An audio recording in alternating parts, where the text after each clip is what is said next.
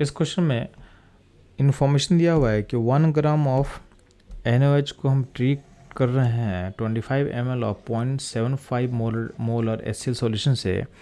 आपसे पूछा गया है mass of sodium hydroxide left कितना होगा, आपको बताना है, और मास का वैल्यू दिया है मिलीग्राम में सारे ऑप्शन में। तो ध्यान देंगे, सबसे पहले हम क्या करते हैं, इक्वेशन क्या आपके पास है, NaOH और HCl का इक्वेशन होगा, तो ये बैलेंस इक्वेशन लिख लिए।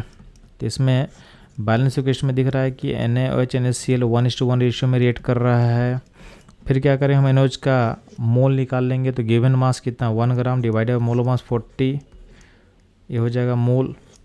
मोल को आप मिली मोल में चेंज कर लो, क्योंकि आपका HCl का इन्फॉर्मेशन में ml में दिया हुआ, तो यहाँ भी मिली मोल में कैलकुलेशन आसान हो जाएगा। तो ये मोल है, ठीक है। तो मोल को मिली मोल में चेंज कैसे करेंगे, तो 1/40 इंटू 1000 कर लेंगे, तो इतना मिली मोल हो जाएगा। तो मिली मोल का वैल्यू NaOH का कितना आ जाए अपने पास, तो ये आ जा रहा है 25 मिली मोल। HCl का मिली मोल कैसे निकलेगा, तो मोरिटी दिया हुआ है, वॉल्यूम इन ml से मल्टीप्लाई करेंगे तो 0.75 इंटू 25, तो मिली मोल निकल के आ जाएगा HCl का। तो वैल्यू निकल कितना आ जाए, चलो आ जाएगा 18.75। अब ध्यान देना, आपका 1:1 रेशियो में रिएक्शन हो रहा है, तो यहाँ पे देखोगे आपका HCl लिमिटिंग रिएजेंट है, तो ये HCl हो गया लिमिटिंग।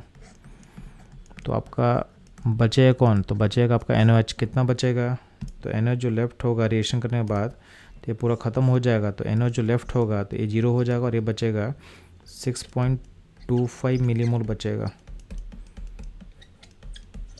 यानी NaOH जो लेफ्ट होगा मिली मोल्स में हो जाएगा, तो NaOH जो लेफ्ट होगा आफ्टर रिएक्शन होगा कितना होगा, 6.25 मिली मोल्स।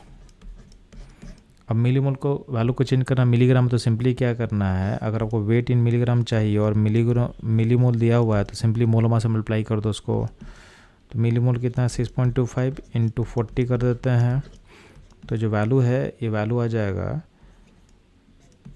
250 मिलीग्राम। यानी आपका जो ऑप्शन 2 होगा ये होगा इस क्वेश्चन का करेक्ट आंसर। ये था इस क्वेश्चन का concept, analysis and solution. Move करता हूँ लोग नेक्स्ट क्वेश्चन पे।